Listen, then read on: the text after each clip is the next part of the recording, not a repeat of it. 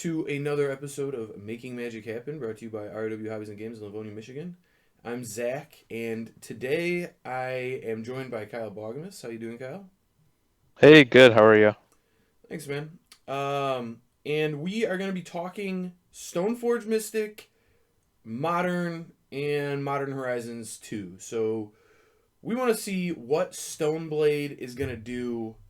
What's going to happen to Stoneblade in this format? What these sweet cards from Modern Horizons are going to do to it? How they're going to change the format? Will this deck still exist? All of those things. So we're going to get into it. But Kyle, how you been, man? It's been a while since we did a Stoneforge Mystic Roundtable, as it were. I've been doing pretty well. It's good to be back talking about modern.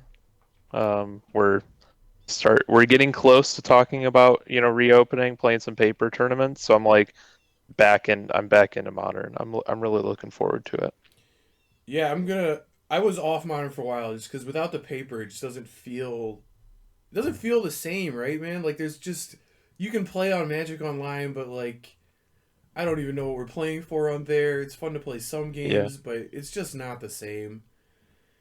Uh, Yeah, it's it's it's not actually even about modern. It's just when I was thinking about it, like why I liked it, it was because it's the most accessible competitive paper format since you don't have to keep rechurning your collection like standard. Um, so there that's it's always what I'm able to play if I want to just scratch that itch. sure, yeah, totally get it. But yeah, I'm also with you. Really want paper to come back. In fact, we're actually gonna play some paper Magic here. You're vaccinated, right? Yep. Yeah, so we got a group of. I was pretty sure you were, but we got a group of a bunch of people. We're gonna play some cube this weekend for the first time in a while. We're all vaccinated, so it's gonna be cool.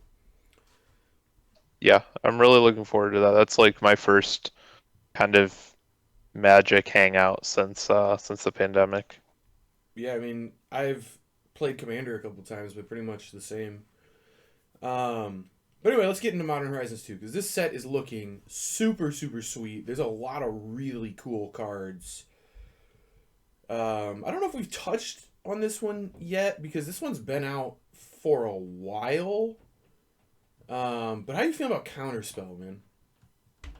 Yeah, Mo Modern Horizons 2 spoilers, it feels like they've been going on for a while, and I was just kind of reviewing what we know so far, and it's like, wow, there's a ton that's happened. Mm-hmm. And Counterspell was just like kind of the beginning. I think this will change how blue decks are constructed in the future, for sure. I agree with you big time. I think it has. So it. I really do not feel like Counterspell is significantly better than Mana Leak or Logic Knot or Remand or any of those like other 2 mana things. I do think it's better. I think it's clearly better, but not significantly better. Not better in such a fashion that it's like groundbreaking, right? Yeah, I agree with that. And actually, I think what makes it the most impactful is that it's less restrictive in what it counters, so it makes me want to play more of them. Like Sure. Mana Leak, Logic Knot, Remand, they all had their downsides, or mostly Mana Leak and Logic Knot are in this category. They have their downsides, so you're not playing four, but now you just want to play four Counterspell because it is better. It's better enough to just want to max out on it. So I'm just changing how my decks play out. Yeah, I mean, I'm with you on that. I think too that it will start changing the mana bases for sure too because Mhm. you were right that it is less restrictive in what it counters, but it is more restrictive in how you cast it, and I think it is worth casting, especially in a format that has like Archmage's Charm and Cryptic Command, things that already incentivize you to be heavy blue. So I do think it's going to be seen in a ton of decks, and I think it's going to cause changes over time. There are some cards that I think people haven't mentioned yet that stock might be going down just because of Counterspell's, possible prevalence. Maybe a card like Cryptic Command. Like if Counterspell is a four of in a lot of decks, you don't really want to be playing Cryptic Commands, but we'll see. We'll see how it goes. Before we dive into the rest of the spoilers and dive really, really deeply into Stoneblade, though, let's talk about how this format or this format is going to change based on these new cards from Modern Horizons coming in. So, excuse me. There's definitely a ton of powerful cards. We're seeing pitch cards. We're seeing cards from Legacy move in. There's a lot happening here. The set is certainly going to change Modern, but the question is how much. Are we talking drastic changes here, Kyle, or are we talking small changes, small upgrades? What do you think this format or this set is going to do to the format? So there's the Mana Traders Modern tournament yesterday, Mm-hmm. where Blue Red Prowess was, I believe, 20% of the metagame. And then everything else kind of it fell off pretty sharply after that. So it's the metagame's currently being dominated by Blue Red Prowess. Um, and Modern Horizons 2 has a lot of new cards for people to try, which means a lot of brews that are just going to get beat up by Izzet Prowess. So in the Absolutely. short run, Izzet might actually start winning more than it already is, because it's currently battling against like 6 other good decks. So it's not being kept in check, but it doesn't have the ability to just like run all over the format. But whenever you introduce like a new series of cards, there's just a lot of tier 3 decks that are being played that might not be played next month. So I would say short run, um, the winner's metagame will get smaller, and then medium, as people build their decks, it'll become a smaller share. And then long term, if, Lava Dart it proves to be too restrictive in what you're allowed to play, maybe there's a ban from the deck, which will really open it up. Um, What would you but what we ban know from for Blue Red sure, Prowess though? Like, there's just nothing you can ban in that deck. yeah, it's I it's get. hard to say. I guess Morphos maybe. Morphos is kind of a heinous card. Could be that, yeah, since it is kind of enabling your diversification of mana cost, which is really giving decks a lot of trouble interacting with it. Sure. Um, but yeah, it's like I basically have Blue Red Prowess on my radar for how impactful Modern Horizons 2 is. But overall, there's just like a ton of cards that are really powerful. So I am overall hopeful. It's just I'm cautiously optimistic because of how good that deck is right now. Okay, so I agree with you that Blue Red Prowess is very good. I've actually been playing it quite a bit on Magic Online just for fun.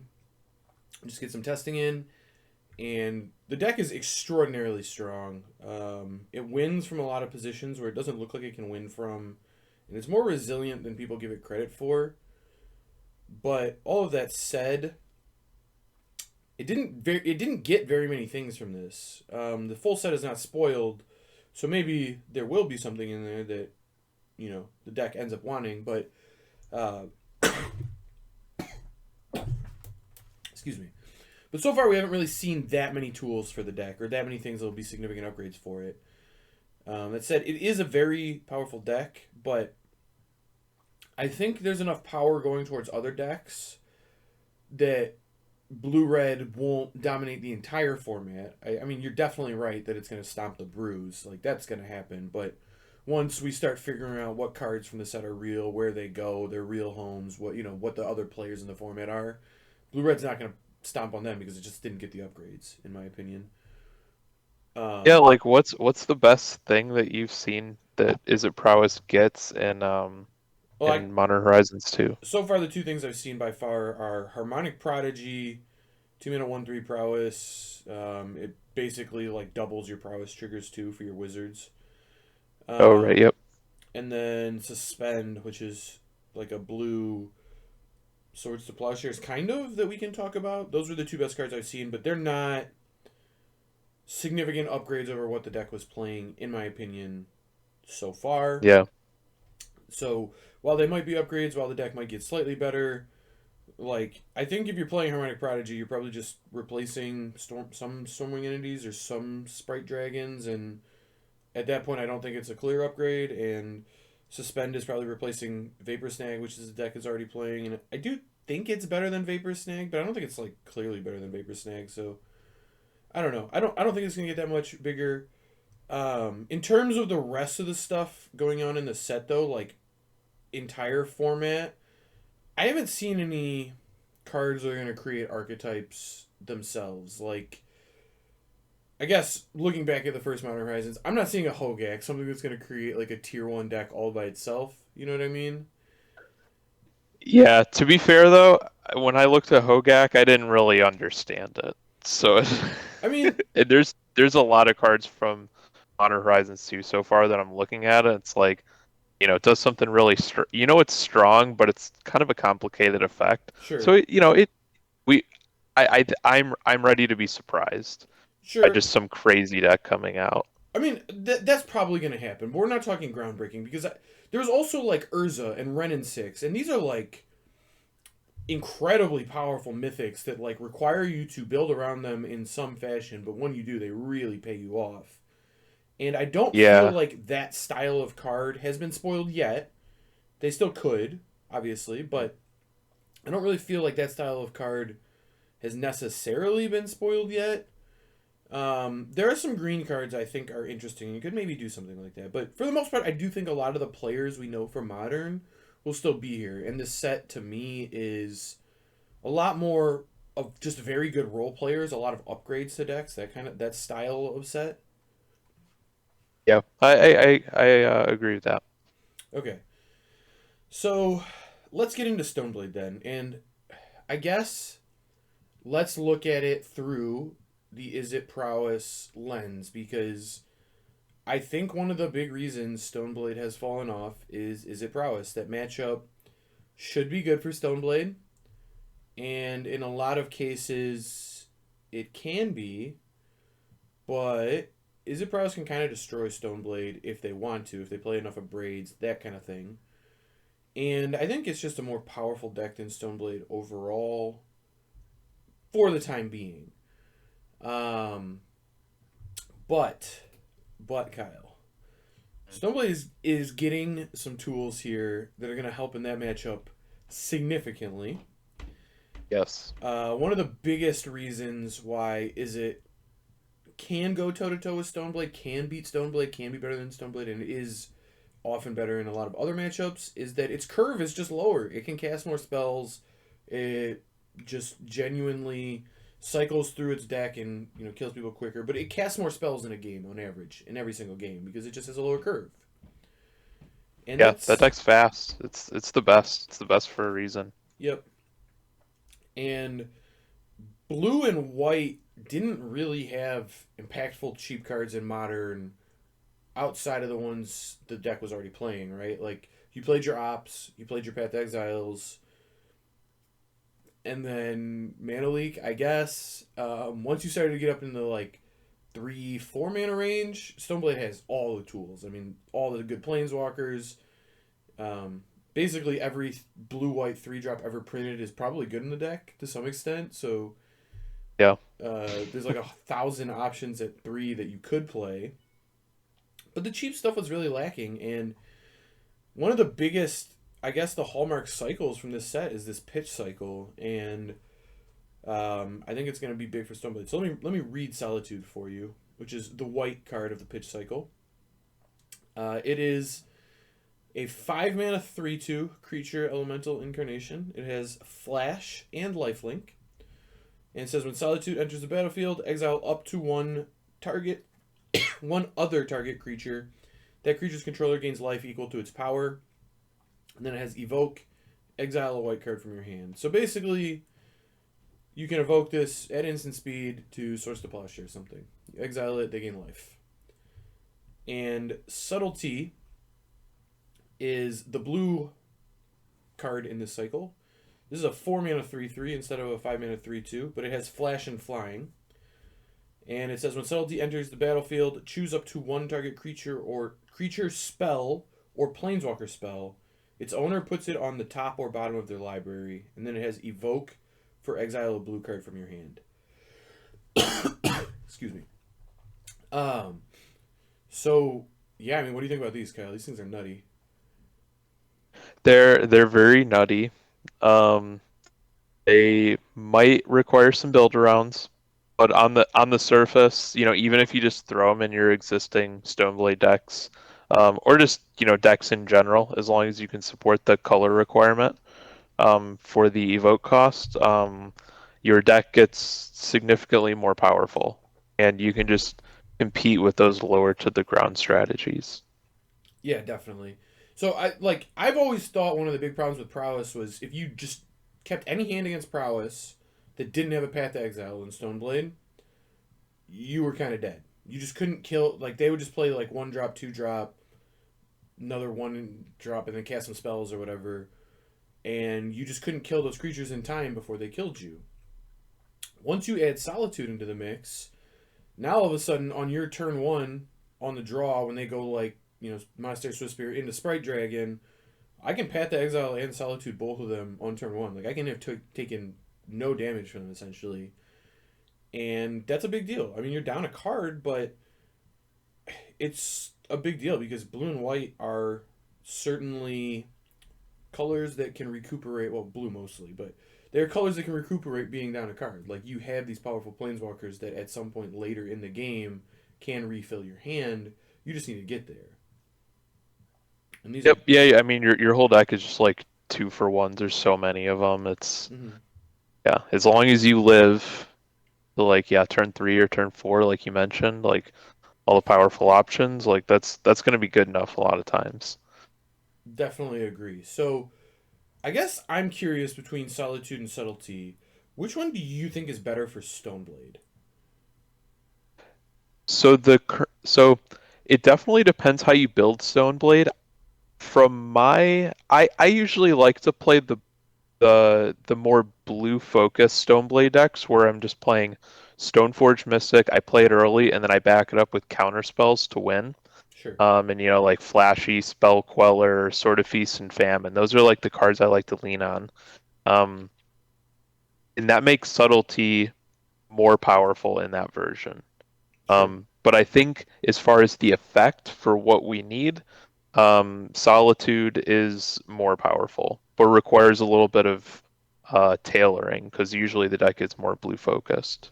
Yeah, I was gonna say that's a very good point by you. So I think in like current builds, let's bring up a list just for reference. So this is a list Kyle has built, although this list looks okay. So this is a list Kyle built that just has Counterspell added to it, nothing else. And if you notice, ton of blue cards. Like all of these are blue. All of this is blue. And then in terms of white cards, this list has 8, 12. So 12 is not enough to fit a pitch cycle, certainly. So from that perspective, you're right. Subtlety is going to fit into the deck a lot easier just because it has more blue cards to pitch to it. And I do like how Subtlety plays with Force Negation, which was already a card we were pretty interested Mhm. in the sense that, if they cast it on a creature spell, I can pitch Subtlety to Force and counter it. If they play a creature spell, I can pitch Force to Subtlety and put it on top of their deck or whatever. So those two do play well together. Subtlety is also more castable. 4 mana versus 5 mana is a world of difference, especially in a deck that has Cryptic Command, and this one has Flash, so you can play Cryptic their spell or Subtlety their spell, depending. And lastly, you'd much rather have your creature have flying than lifelink in a deck that has swords and Batterskull in it. So, I agree with you that Subtlety is probably better as in terms of like an immediate fit, but I'm still with you too that I think Solitude is overall better for the card because that effect is just so much more desirable for what this deck is looking for. Yeah, basically, basically, uh, the main idea here is subtlety is just like better in every way except for the ability, Yep, which I really appreciate. Like I think the cycle is well designed in that respect, where definitely. it's not very clear what we want Yeah, because no, Swords to Plowshares is so much better than Subtlety's effect. definitely agree. Although Sully's effect is pretty powerful. Aether Gust is a messed up card, but that's kind of because it hits any green or red thing and not just creatures. It is, and the Planeswalker's definitely really relevant. Just so I'm not like jamming a bunch of game one removal spells again, and then get paired against Tron or something. Sure. No, and I think you're right. The Planeswalker thing is huge, especially because Ren and Six, like, we're talking about prowess and the shade it puts over the format of just how efficient it is, how quickly it can kill you. Ren and Six kind of does the same thing, man. It's not because it kills you, but Ren buries you. Like, I don't know Yeah. if you played Modern recently, but it kind of feels to me like there's Lava Dart decks and there's Ren and Six decks, and X1 creatures are not having a good time at the moment, certainly.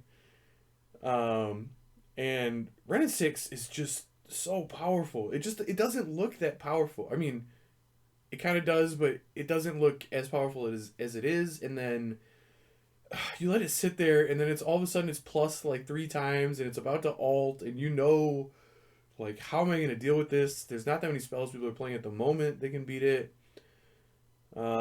Especially in blue and white. It's hard from the blue and white side. I mean, if you got black, you can eliminate it or whatever. You can kill it.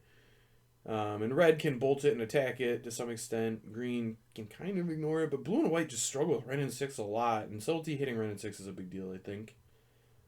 Yeah, a lot of those, either Monastery Swiss Spear or Ren and Six matchups, they felt pretty abysmal, like game one on the draw. It wasn't until I really got to the sideboard to like purge or gust those threats that I felt like I had a shot. Like there were a lot of 2-1 wins for me where I'm just like grinding and mostly in the driver's seat after sideboard. Yep. So hopefully subtlety will help kind of reverse that trend. Yeah, and I think that's desperately something Stoneblade desperately needs if it's going to come back. So we touched on the pitch cards. We think subtlety's going to be better. We like solitude. Oh, let's do a little game for a second here on solitude. So we said already with the list you were building that 12 pitch cards or 12 white cards to pitch to it isn't quite enough, but 12 isn't a true answer because if you added it, you'd be adding in another white card. So really, you're probably 13, 14. If you want to play up to 4 solitudes, obviously that even brings your white card count up further. But the number for pitch cards that you want starts around 18, as far as I know. Yeah. 14 if you have powerful cantrips. Maybe 16. But how could we fit both like solitude and force negation slash subtlety into this list? Like, do you think that's doable? Can we make the colored number of cards count high enough for both? Yeah, I think so. I think the answer is Yori and Sky Nomad. Okay, that's Um, interesting. so the current Yorian shell, I don't love it, but I know there are a lot of people who do currently really love it in Modern. Mm-hmm. Adding in another 20 cards to your deck is pretty rough when like I would say the top 20 spells are way better than the rest, like Path to Exile, Stoneforge Mystic. I guess those are the two main ones, right? And then like Force and Negation so you can interact with non-creature decks. Well, so Um, I would have agreed with you before, but I think after this set, I don't know if that'll be the case anymore. yeah, exactly. This might kind of change everything because we get so many extra tools that are at least arguably just as strong as close to the base. Sure. Yeah, so Um, like you can just add Yori into your hand and I can chuck to Solitude or Subtlety, so it kind of makes up for being a little slower out of the gate. it's actually kind of sick that Yorion works with these cards too if you hardcast them. So that's Hmm. not crazy. Certainly. Past that, some things we could do is you could go up on gold cards. Like, Yep. I don't know that we want to do this, but I certainly could envision a blue and white deck that's playing Solitude and Subtlety and Force and Negation that opts to play like no Jace the Mind Sculptor and instead just plays a decent number of copies of like both the fairies just because they're both blue and white. Hmm. I don't know if that's the right way to go about it, but I could see that being like a way to approach this. And I do think Solitude will be worth doing stuff like that. Maybe just playing some more blue white gold cards, especially in the 3-drop slot because the 3-drop slot was crowded, but you had a lot of good options, and a lot of them were very good. And I know you've played Spellqueller in the past, which is one we could look to bring back, possibly. Um, Teferi Time Raveler's just an all-time great card, so that one's probably going to be in there regardless. But there's definitely some stuff we could play there. Yeah, so like Spellqueller and Teferi are two probably some of the best Azorius Gold cards you could play, and they work well together, so they want you to play a lot of each of them. So Mm-hmm. that could definitely work. Spellqueller's weakness is Lightning Bolt, so that's typically associated with prowess. So it does actually shore up the deck in general by having all of these Force of Will power cards that interact with the early pressure. So that might just kind of make that shell a little bit more well-rounded than it was before. Sure. Yeah, no, I could definitely see a case for Spellqueller coming back.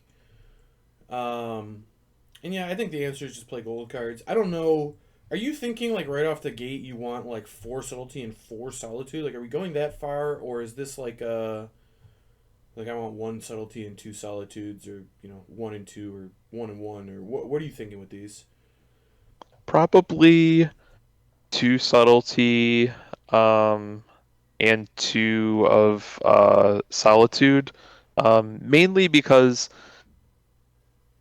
it's kind of weird if you think of because I would still probably want a couple force negation in the main deck.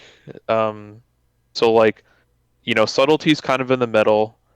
Force negation's really good against non-creature stuff, and solitude's really good against creature stuff. So there's kind of like a spectrum. Mm, Subtlety's kind of just playing the middle ground. I can't play too many of those cards because they are it's card disadvantage. So I do want spells at the top of the curve that help recoup. So like, you know, I've noticed that Teferi Hero of Dominaria has been more powerful as I've been able to get to the late game. Just slowing the opponent down more often. mm-hmm. Same with Jace the Mind Sculptor, and they're all kind of competing for similar slots. Sure.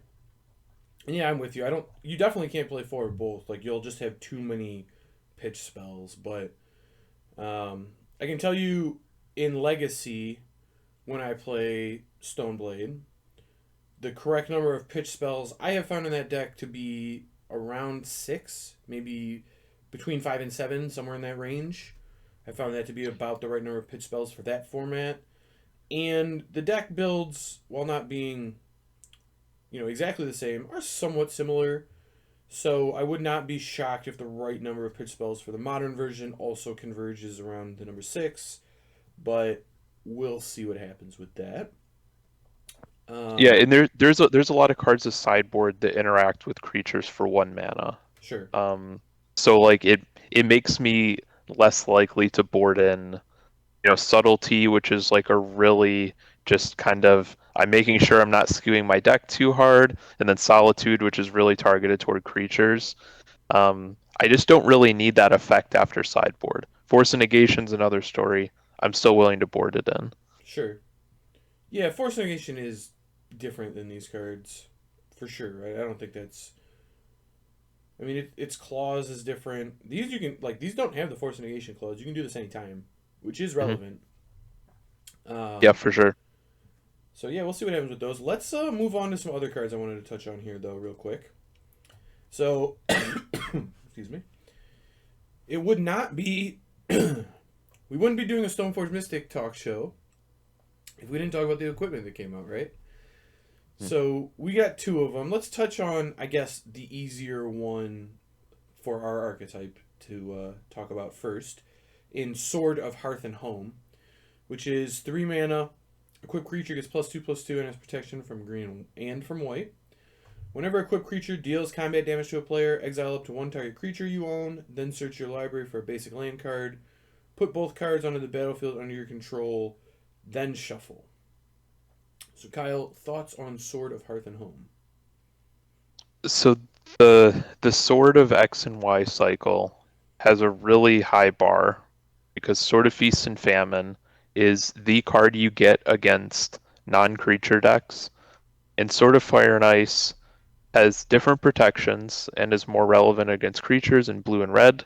Mm. Um, and that's like pretty much what you get against creature decks if you want a sword. Yep. So it's really tough to actually slot into the deck.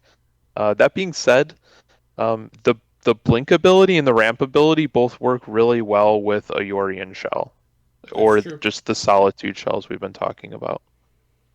Yeah, that is true. If you're playing a lot of pitch stuff and like expensive stuff, and you want to get to casting it at some point, I mean, this could be really good. This is the first like protection sword that ramps you. There was Sword of the Animus, but Stoneblade didn't really have access to ramp necessarily before. You kind of had like Wilderness Reclamation, sort of Feast and Famine, right? But never like actual ramp. So that's relevant here for sure.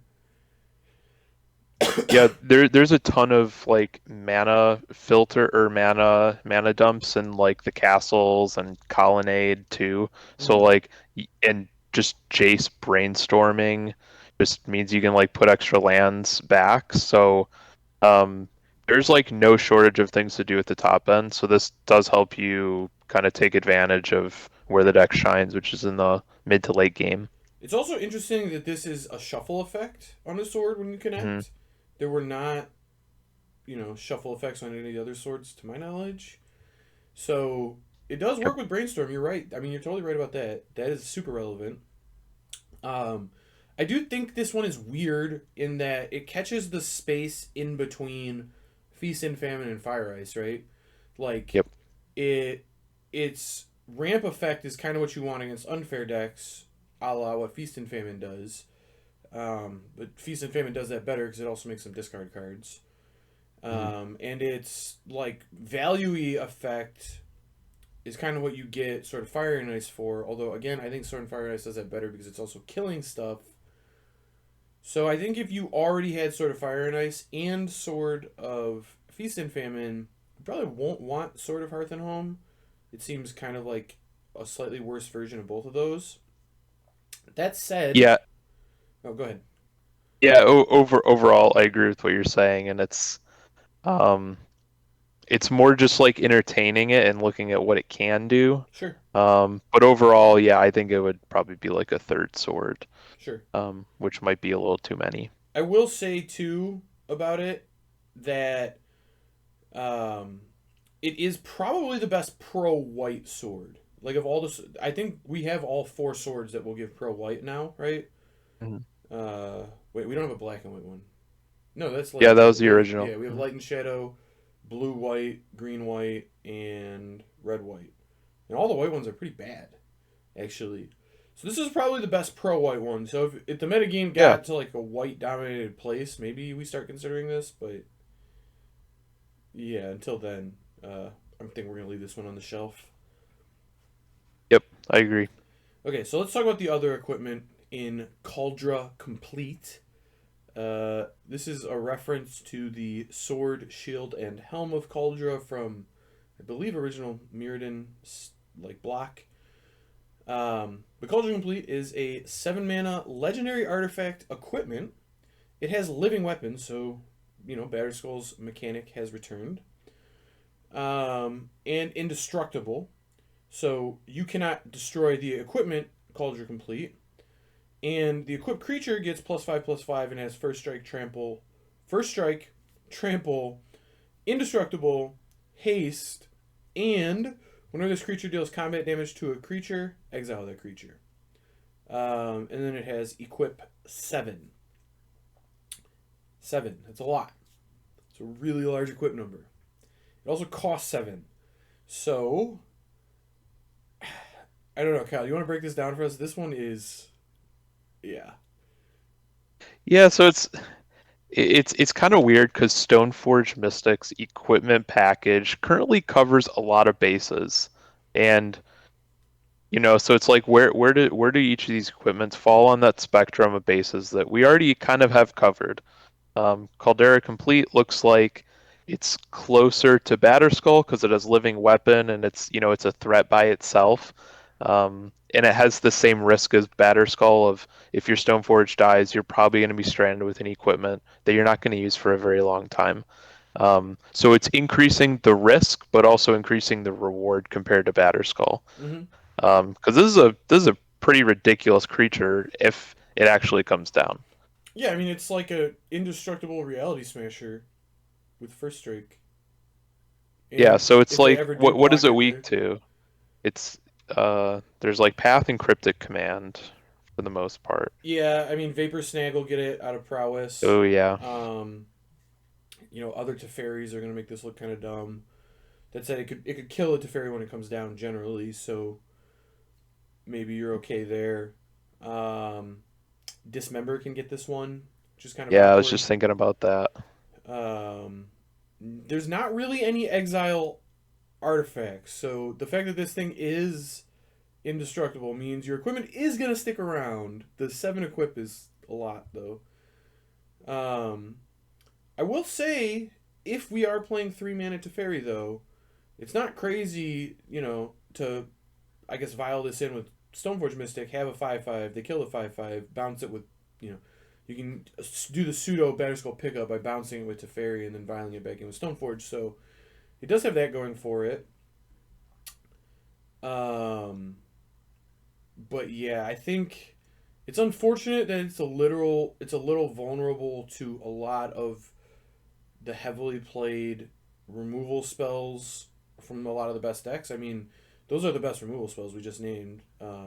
Dismember, Path to Exile, Vapor Snag's probably the best blue one. Maybe this new Suspend card from this set that we'll touch on in a little bit.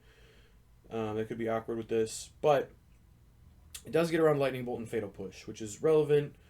All that said, honestly, Kyle, I'm not really interested in the things it dodges when we're talking about Blue White Stoneblade. Like, I don't really care what removal spells it gets around because I don't want to bring it in matchups where my opponents have removal spells anyway. Yeah, agreed. I actually think this is a sideboard card for non-blue Stoneforge decks. I think that's where it might actually be a reasonable card. I could see Um, it. Well, I don't even think it has to be a sideboard card for non-blue Stoneblade decks. Like, I think non-blue decks could maybe main deck it. Well, I mean, I guess that's just a difference of opinion. Like, maybe we're just a little slightly difference on what the non-blue, the power level of this card in non-blue decks. But I actually think this is a fine sideboard card for blue-white Stoneblade too. so where I think it actually shines is against like predominantly combo decks because it's like a dragon meets a Batterskull. Mm-hmm. Like it kills you really fast. The reason I said non-blue is because the blue decks get blue white Stoneblade, like when playing against like Storm or just some kind of combo deck, you always get Sword of Feast and Famine, and then that sword plays really well with the blue cards, so you just like hold up counter spells, but you're also applying pressure and reducing their hand, so they have Mm-hmm. to act faster. Um, Sort of Feast and Famine in like a black-white Stoneblade deck, for example, doesn't really have a sword that does that. Like, yeah, they can discard the worst card in their hand, and then you untap, and like maybe you have something to do with the mana, but it's not quite clear. And then Batterskull might be too. It might not be fast enough to just kind of like actually clock them. Um, so this might be a good upgrade to Batterskull against those types of decks, where it's actually enough pressure, and Stoneforge is probably not um, going to be killed off on turn 2. Sure. And so I agree with you. I agree with you on everything you just said there about the other decks, certainly. And then I even think this translates over into blue white to some extent, where you're saying, yes, you always get Sword of Feast and Famine. I agree with you that you do always get Sword of Feast and Famine. That said, Sword of Feast and Famine is slower. So against things that have inevitability over you, like a deck like Tron, for example, where um, the longer you wait, eventually they're just going to top deck something gigantic, and Feast and Famine doesn't necessarily help with that. Maybe you have a counterspell, I don't know, but against a deck like that, I think this has a chance of being better than Feast and Famine, just because you can Stoneforge it in on turn 3. It's hitting for 5 that turn because it has haste, which is really relevant. And basically, you hit them, for 5 on turn 3, 4, 5, 6. They're dead on 6, which is the fastest clock Stoneblade can do. I don't think I've ever killed anybody faster than that with Stoneblade. Mm. And if we are living in a world where my opponent dies on turn 6 against unfair decks, right? I'm not considering this card for the main deck. I don't think it's quite good enough. I think it's worse than Better Skull in most scenarios. But if we're envisioning a person being dead on turn 6, now all of a sudden the pitch spells get a lot more interesting because you don't even have to worry about recouping the card advantage. You can just, pitch counter with force negation, pitch counter with a subtlety, maybe hard cast the subtlety that's the last card in your hand the next turn, and then they're dead the turn after. So I think once we start adding in pitch cards to the Cauldron Complete puzzle, now all of a sudden it starts to look like a real post-board option in terms of clocking. I don't think it's going to quite get there. That's my opinion. I don't think it's quite going to get there. I think it's going to be a little short, but this card's definitely really cool, and it's definitely one we're going to have to consider. Yeah, no, that's a good point. Usually I have a sort of feast of fire and ice in the sideboard to swap with feast and famine against aggressive decks. So both my equipments are good against creature decks. And Caldera Complete is kind of like the other side of that, where you can play Feast and Famine and Caldera Complete and side out Batterskull. Mm-hmm. So both of your equipments are, either providing a quick clock and basically providing a quick clock in some way. Yeah, yeah, no, I mean, I'm with you on that. So I think we could go there. That is a lot of sideboard space, but maybe this card just ends up being a little better than it looks, and it is something we want. I don't know. We'll have to test it. I have a feeling it'll be a little clunky and not broadly applicable enough to the modern format, but it's certainly a card you'll want to own if you play Stoneblade. Like it'll probably be one you want to put in that extra box of cards you have for your Stoneblade deck that you sometimes swap in and out. Yep, I agree. Let me touch on one more equipment while we're down here because this could be played in Stoneblade, although I don't think you would. But let me read it for you. It's called Nettlecyst. It's 3 mana for an artifact equipment. It has a living weapon. So again, when it enters a battlefield, you put a 0/0 germ token on it, and then the equipped creature gets +1/+1 for each artifact and/or enchantment you control. And it has equipped 2. So basically, you pay 3 mana, you get a 1/1 that's going to get +1/+1 for each other artifact and/or enchantment you control. Kyle, can you see a world where you play this in Blue-White Stoneblade? Mm. I don't think so. I don't think so. I also don't Um, think so. I'm with you there. yeah, Um, I think it's kind of like a sword. It's falling into a similar category in terms of cost, and I'm, I really don't like to draw the sword to begin with. sure. I mean, it's exactly the same as a sword. 3 to cast, 2 to equip. Mm.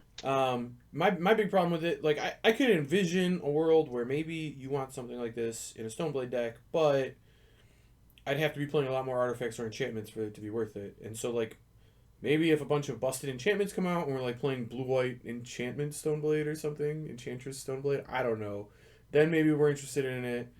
But I'm very unlikely to ever play this in Blue White Stoneblade. It probably is good in a deck like Hammer Time or something where you are already stone forging for equipments.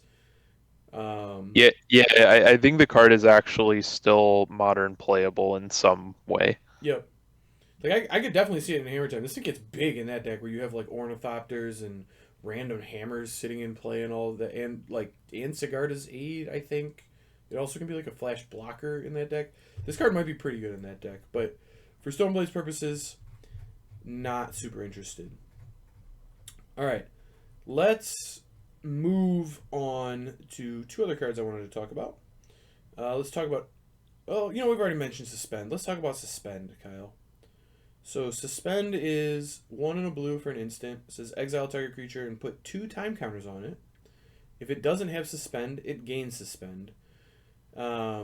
Which basically means things exiled for 2 turns from when you cast this, 2 of their upkeeps. But when they remove the last time counter, thing comes back and now it has haste. One mana instant that says exile target creature on it. That's in the realm of playability for modern. How are we feeling about this? So I'd say its best attribute is just that it's a blue card, so you can pitch it to force a negation or subtlety in game one. Okay. Um, but overall, I don't know. I'm probably not playing it. Um, it does have some synergies with the Teferi Time Raveler though, so they can't recast it. Hmm. Um, but it feels like a lot just has to go right. Sure. And So I'm not playing it. I think I'm mostly with you. I wouldn't want to play it. You're right. Like, I'm not interested in this card by itself in basically any deck that's not blue red prowess. I can see it in blue red prowess just because it exiles like it answers a lot of things for the time window that deck needs them answered, right? It basically gives like, you know, that deck's already playing Vapor Snag. If you Vapor Snag a thing, it comes back to their hand, then they replay it next turn, right? So you buy yourself a 1 turn window. This is gonna buy you a 2 turn window, which is big for blue red prowess for sure. So getting that extra turn, could matter a lot for that deck. But basically, any other deck, I'm not really interested in playing this. It's just the window is too short, except for decks that are heavy on Teferi Time Raveler, because this becomes just the best removal spell in Modern if you have a Teferi Time Raveler in play on your side of the board, right? Yeah, it's Teferi's usually under pressure, so you'd have to like do a little bit of building to make sure it doesn't die. Um, yeah, Suspend and helps with that's that, though, right? it does. Um, yeah, I don't know. I think for the most part, Solitude and Subtlety are better effects for Stoneblade when you're looking for this kind of cheap creature removal. But if those cards pushed us into a direction where we like got up to 4 to Fairy Time Raveler, which maybe sounds like a lot, but I think when you have that many pitch spells, is like not that crazy, like a lot less crazy than it sounds to somebody listening. Because the thing with pitch spells, it's really easy to play 4 of them because you can always pitch them to themselves, right? Yeah, Um, and you can actually suspend subtlety or more importantly solitude with the evoke trigger on the stack to get another oh, that's actually copy. really interesting. Speaking of cool tricks like that, I mentioned one I thought of to you yesterday, where you cast subtlety. Well, it doesn't really work with subtlety as much, but you cast solitude using the evoke. Mm. Put all the triggers on the stack, so it's in play, but you're gonna sacrifice it, and it's gonna exile something. And then you do this like against prowess. Like imagine prowess attacking with a swift spear, and then they cast a lava dart, right? They're trying to do a lot of damage here. They're gonna do something. No, cast solitude in response to lava dart. Exile your swift spear. Then cryptic counter your lava dart and bounce my subtlety while it's Yep. still with the evoke on the stack, and then or solitude, excuse me, and then evoke solitude again to hit their other creature. So I think that's kind of sweet that you could do something like that with this. It also works with Resto Angel, all of those. But yeah, you're right. It does work with Suspend. But yeah, I mean, I think that's mostly all we had to say about Suspend anyway. Was that this is definitely something worth considering once you get into the once you find yourself in a spot with 4 Teferi Time Ravelers. You should probably start considering Suspend. I don't know if we actually do want it. Maybe this is like the removal spell we turn to if we build Yorion Shells where we're playing 80 cards and we need another cheap spell. I don't know. But not super high on it. But let's touch on the card right next to it on the spoiler sheet. It's called Esper Sentinel. It's a 1 mana 1/1 artifact creature, human soldier. And then it says whenever an opponent casts their first non creature spell each turn, draw a card unless that player pays X, where X is Esper Sentinel's power. So, how do you feel about this? So I don't think I'm main decking it because it's gonna die to lava dart, and there's a lot of creature decks where it basically doesn't have any text. Um, it's of course worth considering in the sideboard. Overall, I would say it's probably not strong enough though, just because as a blue-white deck, you have a lot of ways to interact with non-creature spells. Um, but it does have the upside of kind of combining. If you have like 4 force and negation in your deck, you get to draw more cards, more blue cards to pitch. Mm-hmm. Um, So I'm kind of with you in that this is definitely not a main deck card for Stoneblade. I'm sure there are archetypes in Modern that will put this in their main deck, but for Stoneblade's purposes, this is not a main deck card. Post board, there are some matchups where this card is disgustingly effective, though. Like, for example, if we were going to play Stoneblade versus Esper Control, just straight up, like that matchup that currently exists in Modern, and I had some Esper Sentinels in my sideboard, I would bring them in there in a heartbeat because I imagine this card is unbelievable against a deck like that, where, like, they have to respect it. It's going to pressure them. I can put equipment on it, but every time we just fight a counter fight, all of a sudden I'm up a card. Or, every time they try to answer my Planeswalker, I'm up a card. And if they ever don't answer this on turn one, then you're free to curve out, and every time they try to interact with you, you're up a card. So you just destroy decks like that. And I think it's really heavily metagame dependent if we want this, but if the format becomes like really control heavy, Esper Sentinel is going to be an amazing sideboard card for this deck. Yeah, it's kind of like a 1 mana non-symmetrical Thalia Yep. whenever card advantage is relevant in the matchup. Yeah, so I don't know. I mean, again, I don't know if the metagame will go to a place like that, but if it does, this is a sweet sideboard card for it. Um, One more card I really wanted to touch on, and I think if we're being fair, this was maybe more of your baby, Kyle. I saw this and thought it looked good, but wasn't sure on it, and then you started messaging me and was like, I think this card's absurd. This card's really good. And the more I thought about it, I was like, okay, you're probably right. This is actually probably really good. But let me read it. It's called Prismatic Ending. It is X and a white, and it's a sorcery, which is unfortunate because this card is an instant. Oh my goodness. Mm. But it is a sorcery, and it has Converge, which says exile target non-land permanent if its mana value is less than or equal to the number of colors of mana spent to cast this spell. So, definitely an interesting card. I mean, it has the potential to exile anything that costs 5 or less, which is good. I don't know. How do you feel about this card, Kyle? So I really like it in the sideboard. Um, Reason being, it's even though most of the shells I'm building are traditional blue-white Stoneblade, they have 2 colors for Converge. So it's like you exile something that costs 2, 1, or 0 mana. Mm-hmm. But a really easy slot into the deck is a Raugrin Triome, so you can just turn 1 fetch for a Tri-land that adds red mana. Mm-hmm. That kind of effortlessly makes your mana base more color intensive. Um, so once you can start exiling things that cost 3 or less, it becomes interesting. So you can Heliod in the mid game, which is something that kind of gives most interactive decks problems, just because it's like such a weird card. Um, and we would even play like Skyclave Apparition to interact with in the past. Sure. So I think it occupies similar slot. Yeah, I'm with you. Um, we really do need like your Raugrin Triumph point is very relevant. I think that you do need this card to get up to 3. You have to be able to cast it for 3 colors before it's worth playing. But once you can get to 3 colors, it does answer a lot of things that are problematic for Stoneblade. It also is a 1 mana removal spell for 1 mana creatures, which is really relevant because we were just talking about, um, subtlety. No, it's the other one. What was it? Sorry, Solitude. Solitude. Excuse me. Yeah. We were just talking about Solitude. We were just talking about Suspend as 1 mana answers. This is a 1 mana answer to a Monastery Swiftspear, which is really good. My problem with it is it never trades up on mana, which is a little awkward, right?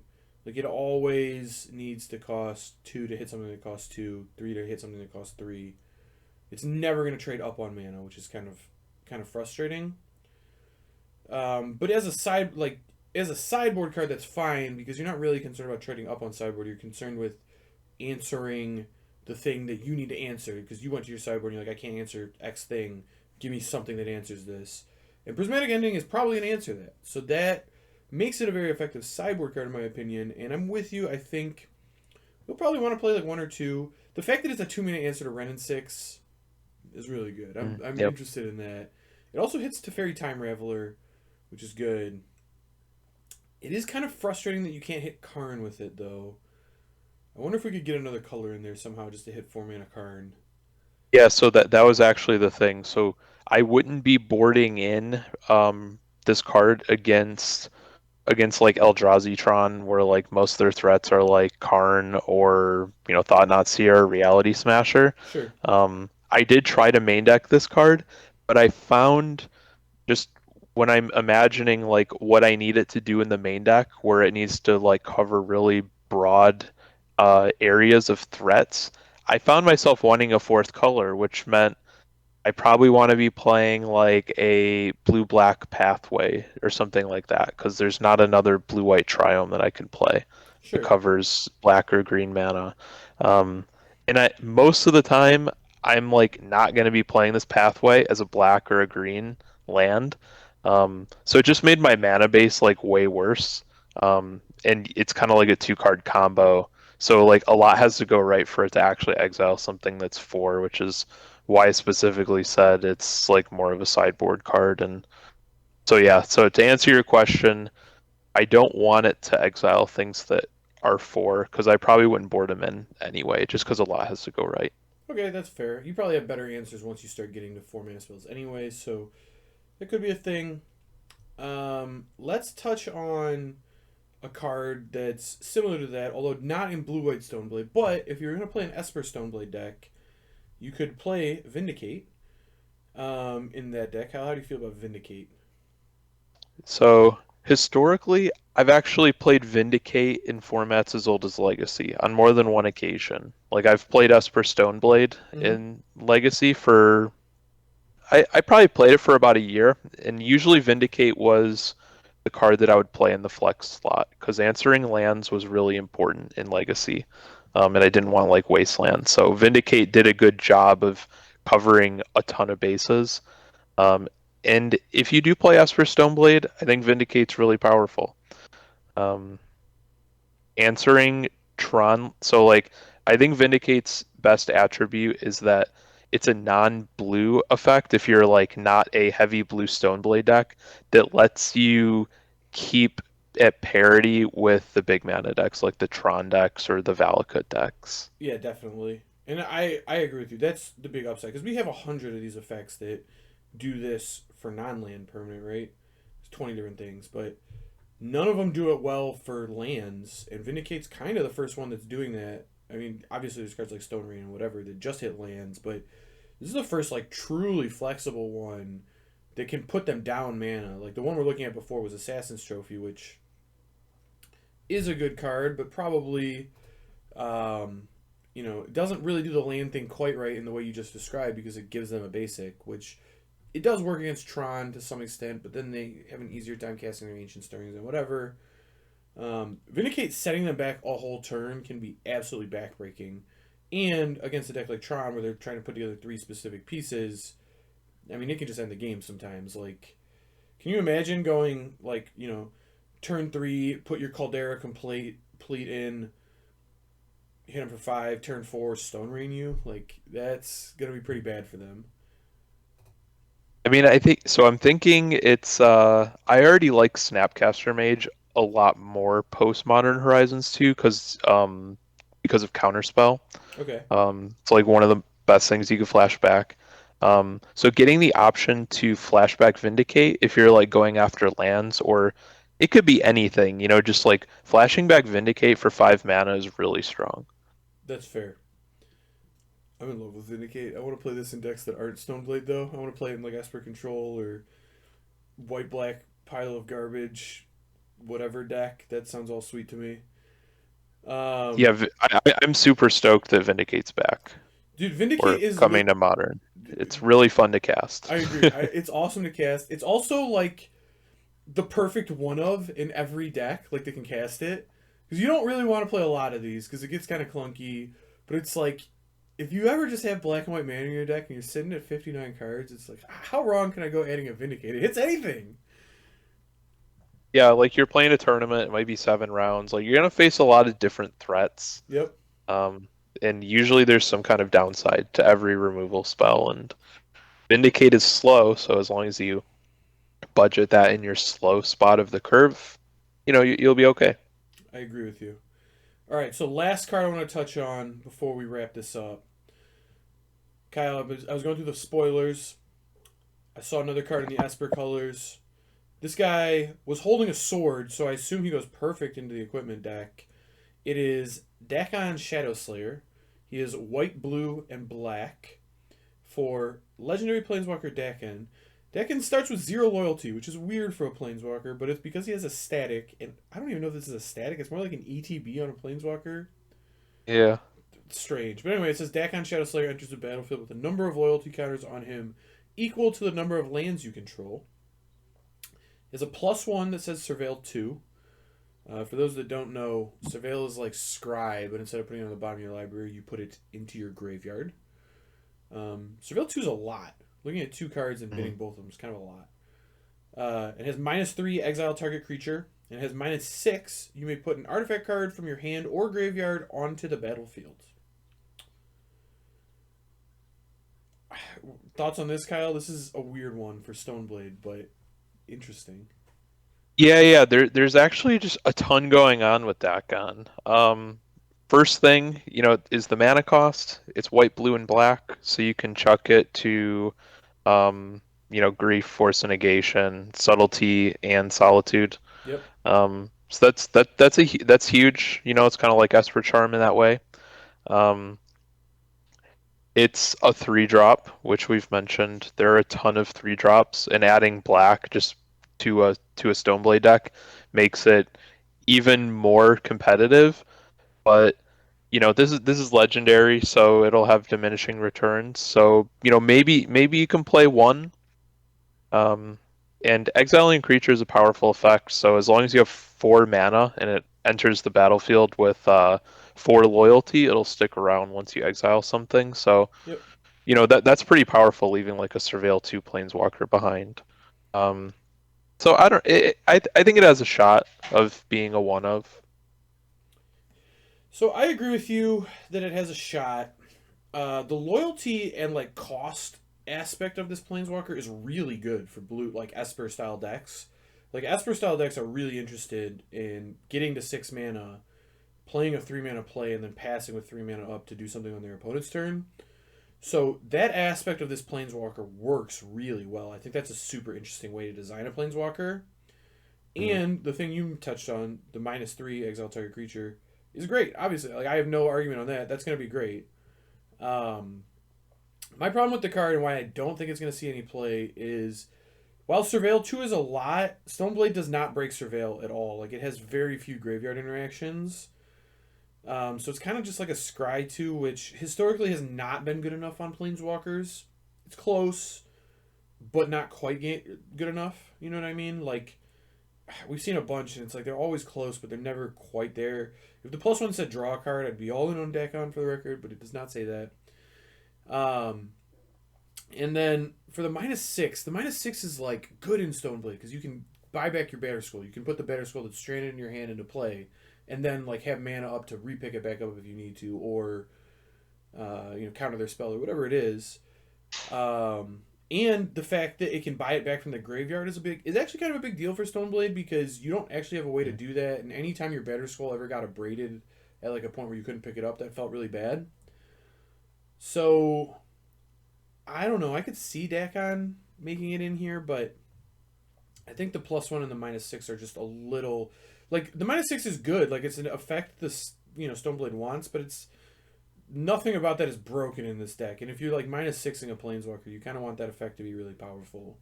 And this is just more like a utility effect in this deck, so probably not here. Although maybe, I mean, maybe we could find a way. So Um, this card's actually pretty good with Yorion too. oh, that's fair actually. Yeah, Because it is.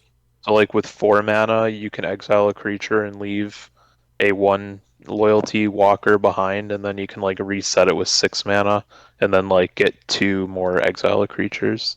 Sure. No, that's actually really relevant. That's fair. So in this Yorion build, it's like really pitch heavy. You're talking about maybe Yeah. this sneaks in. Um, I mean, it's only ever going to be good against creature decks, which is a shame, right? It's really Yeah. one dimensional.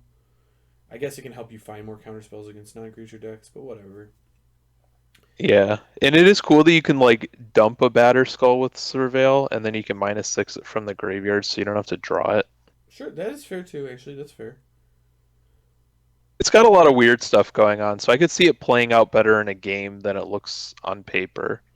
Yeah. You know, it's like one of those weird like we've seen a ton of weird planeswalkers over the years, so it's hard for me to like really discount it because like Oko, for example, did not really look very good to me because it was so weird. Well, But okay, once so it like kind of, got going, it made sense. I agree with you on the Oko, but I think Oko is the exception to that rule because all of the other ones we've ever seen that looked weird were not good.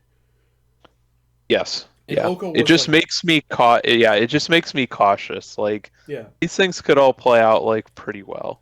sure. And I'm with you. I could see it. I could see the -6. Like, it's weird because you need a deck that like wants to exile creatures that's also like interested in surveilling, that's also trying to do graveyard artifact stuff or hand artifact stuff, but also isn't red, which is like a really strange Yeah. spot for Dakon.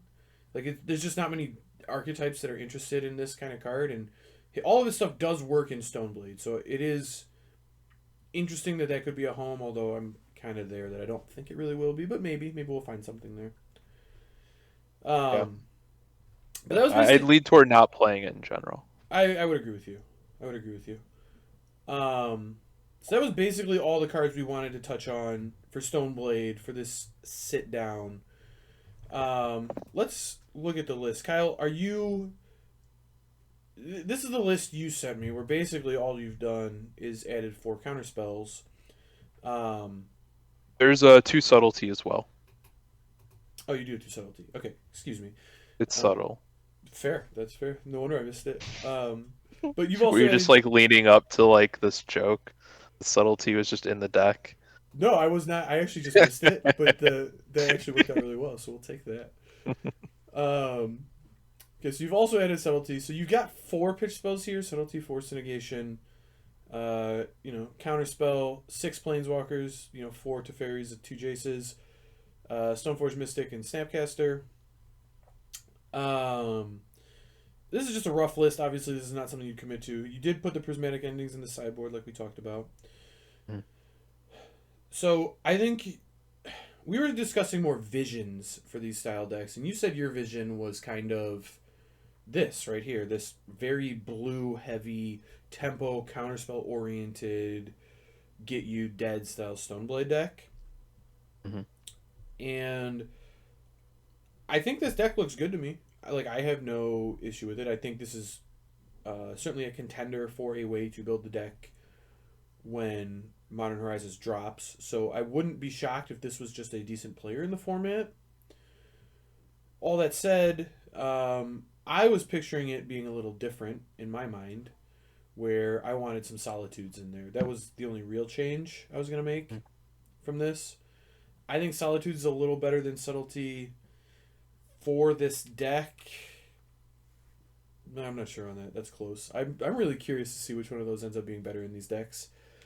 Yeah, it's hard because it's like you're committing more to Path to Exile, which is either the best card in your deck or the worst card in your deck. That's one of the So things it's that it's hard makes. to say. Yeah, well, that's one of the things that makes solitude really awkward. Is that like 4 of the white cards you would pitch are Path to Exile, which is like the same Yeah. card. But I've Yeah, I've and pitched Stoneforge Counterspell. for Batter Skull is Yeah. insane too in those matchups. Well, I've pitched Counterspell to Force Will though a number of times, so maybe it's not too crazy. I will say one of the reasons I wanted to push towards the Solitude version was that, and we've talked about these extra equipments. We just did all this whole thing on Cauldron Complete and Sword of Hearth and Home. You talked about how you like Fire and Ice in the sideboard a lot, and I can't say you're wrong. When I build Stoneblade decks, one of our big arguments historically, just between me and you, is that I like the third piece of equipment. You really didn't.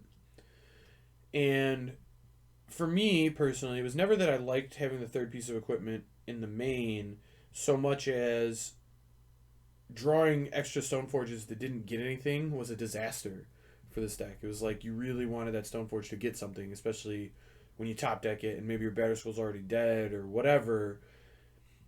You really wanted it to be able to get something, especially when you're in low resource scenarios, which you're going to be in a deck heavy of pitch spells, and getting Fire Knights was really good to help you start recouping the card advantage. And that probably is the case. Like getting Fire Knights probably would be really good, but now you also don't have to worry about the redundant copies of Stoneforge doing nothing because you can pitch them to Subtlety, which is a small thing, but I think a pretty big deal. Not Subtlety, Solitude. Solitude. Thank you. Mm-hmm. This is gonna be a nightmare now that I've just got into this. Holy cow! Yeah. Why are they the same name almost? Yeah. All right, Just whatever. really bland names of Yeah, things. right. Yeah. Can we call the white one Force of Swords? Can we just call him Faz? FOS? Yes. Yes. That's what I'll probably end up calling it. The Force of Swords. It's a sweet name. Why didn't they just name it that? Force of Swords. Um. Okay, so Swords of Will. the Force of Swords sounds so much sweeter. You like Force of Swords? All right. Yeah, Swords of Will just isn't it. It's not it. Dang, tough crowd. Well, Swords of Will just doesn't make sense like phonetically. Force of Swords is like you've got a Force of Swords behind you. Okay. So onto the building. I mean, here and I guess this deck you sent me is kind of like an allegory for how we feel about the set as a whole, where this is kind of what I'm envisioning. You got 2 sideboard cards from the set and 6 new main deck cards, but otherwise this is the same deck. Yeah, like maybe I just think about this type of deck too much, but like I basically wrote an entire article about like why this deck changes because I went from going from, 2 mana leaks to 4 counterspell. Mm-hmm. Like it structurally made a lot of changes. And same with subtlety. Um, so overall the deck is very cohesive and I do make a lot of considerations to every choice, even if I'm just adding like, 6 cards. Um, yeah, overall, Modern Horizons 2 like has some bangers and then some cutesy cards. Like maybe you can consider it, but probably won't make the cut. Cool overall for how the set is, like because it has all these like interesting things that might not make the cut in 99% of the cases, but there's a 1% where that's what you want. Sure. It does feel to me like these pitch spells are going to be all over the place, though. Like literally all over the place. They're good. Um, Yeah, and games could slow down or speed up depending on the deck, really, too. You can get people dead, or you can slow the game down with them, which is cool. yep. It's weird. I mean, we didn't touch on the green one or the black one, and the red one isn't even spoiled at the time of recording this. So, um, I don't know. We don't know the full cycle, and the green one really, really doesn't seem like it fits like the way that the other cards are designed, but it's still a good card. And the blue and white ones are great. The black one's like really good. Um, I think those are going to end up being the defining cards from this set by far. I mean, yeah, going out on a limb here, but I really do. I mean, just looking at the rest of the spoiler, there's nothing in there that strikes me as like big standout cards, like huge for the format, except these pitch spells. And I think, when you think back on Modern Horizons 2, you'll think it's the Grief set, right? Or the Yeah, Solitude one, yeah, maybe. for sure. I don't know. Yeah. So, I mean, I think once the set actually drops and we get the full thing from the list you have here, I really want to cut Opt from the deck. I know we can't, but I hate Opt. It's just not good. I'm hoping we get maybe a cantrip that works better than it. Maybe not. Maybe Preordain gets unbanned or something. Who knows? Um, Yeah, I mean it's instant speed. It's it does its job. it does its job, But but I agree. It's innocuous. it's just not good, man. It like let me. I don't know. Let me. Can I we get got 4 Snapcaster right now though. that? I don't like that much. I actually think Snapcaster is one of the things that is on its way down and like way down in my opinion. Um, One, all the best spells we're getting from this set are creatures. They're not spells, so that's weird. It doesn't work with those at all. Two, it's an X1, so it was already really bad against the Lava Darts and the Ren and Sixes. Uh, and three, um, there is some graveyard stuff going on in this set, so maybe we see something with that. I'm not sure how far that one goes. You're right, it did get Counterspell, so it getting Counterspell is a big step in Snapcaster's favor. But just in terms of blue decks in general, I would be on the lookout for Cryptic Command and Snapcaster. I think their numbers are about to start trending down, or at least Yeah, so one of them. actually the main thing that I pushed in this version is Stoneforge, Snapcaster, and Subtlety all have an ETB effect. You know, Mm-hmm. unlike Spell Queller, like where if it gets removed, it kind of reverses the effect. Um, I like don't care if any of these creatures live or die, That's fair. Yeah. which is like so there's not a single thing that's why there's not like one Spell Queller in this version. There's zero. So like I just don't care. And there's going to be like one creature left standing. The opponent will hate they have to spend a removal on any of these creatures, but like they'll have a sort of feast and famine, so they'll have to pull the trigger. Yeah. And no, you're That, right. that, that was the idea behind this version. And that is one of the biggest like that's why I'm so hard or so high on solitude and subtlety in this archetype, and I think it's one of the biggest Yeah. reasons why this archetype is stands to get a huge upgrade from Modern Horizons 2 and is looking to push back into tier 1 of Modern. Um, it's really hard to break the weird like free spell plus expensive creature paradigm that subtlety and solitude and grief all of them are setting, right? You have to be, I mean, the one thing people keep saying is ephemerate. You ephemerate them, and sure, to some extent ephemerate does work. It does kind of break that paradigm, but in terms of a deck by itself that can use both sides of the card very well, Stoneblade's the best at it because, like you said, we don't have enough cheap spells early. Well, I can just pitch spells and just have free spells, so that's fine. I can recoup the card advantage with my planeswalkers, and late game when I draw a subtlety or a solitude, I can just hardcast it and then put a sword on it and go to town, just beating down with it. So, um, I think that really prompted the entire video. Like that's why we're so excited about these cards and this archetype. But I don't know.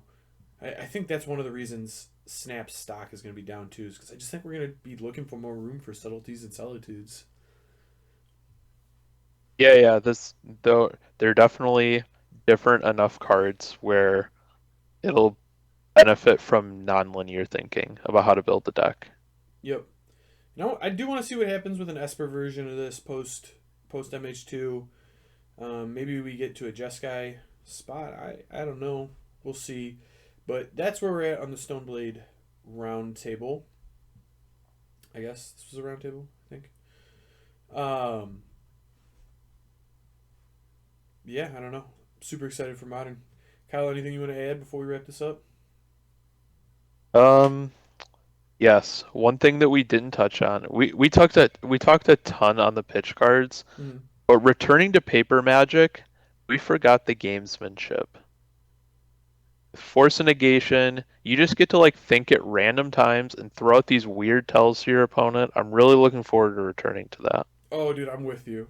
Especially when we have these pitch things now. Just pause on every spell. There's gonna be some game. There's gonna be some games winning going down.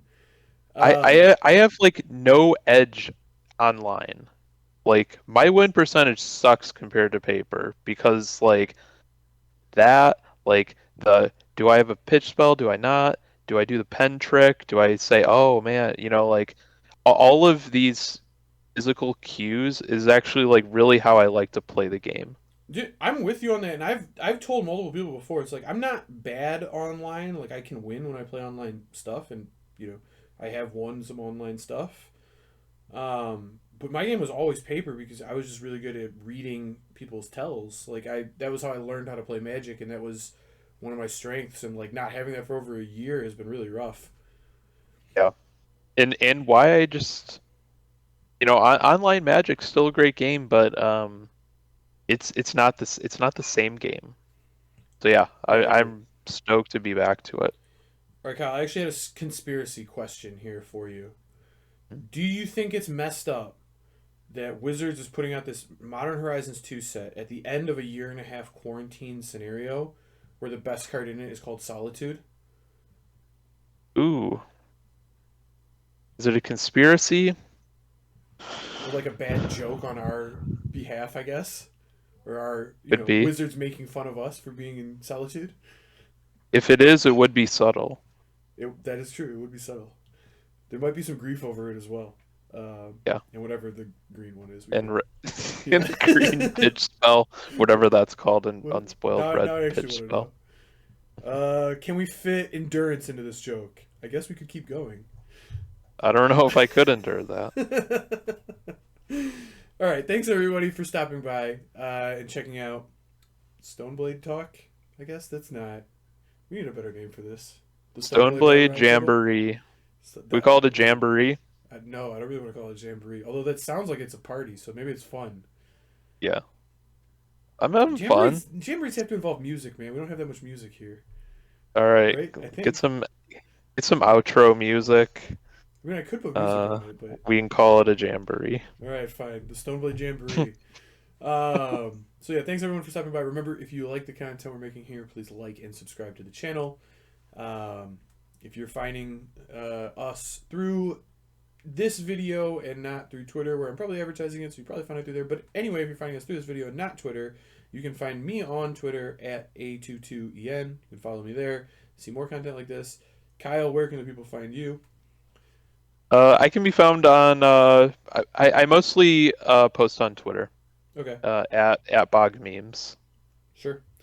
So they can find you at Boggemes. And feel free to hit us up for Stoneblade questions there. Me and Kyle are both pretty active on Twitter and happy to talk about Stoneblade because we just love it so much. So thanks everybody for stopping by. And with that, talk to you next time. Thanks. I'm joined by Kyle Boggemes. Welcome, Kyle. How are you? Raja Suleiman with Orzhov. Max McVitie. Congratulations, Brian to Mars. Zach Allen. I wouldn't be here without these guys, though. So. And the champion of Pro Tour Counterspell here, Relax.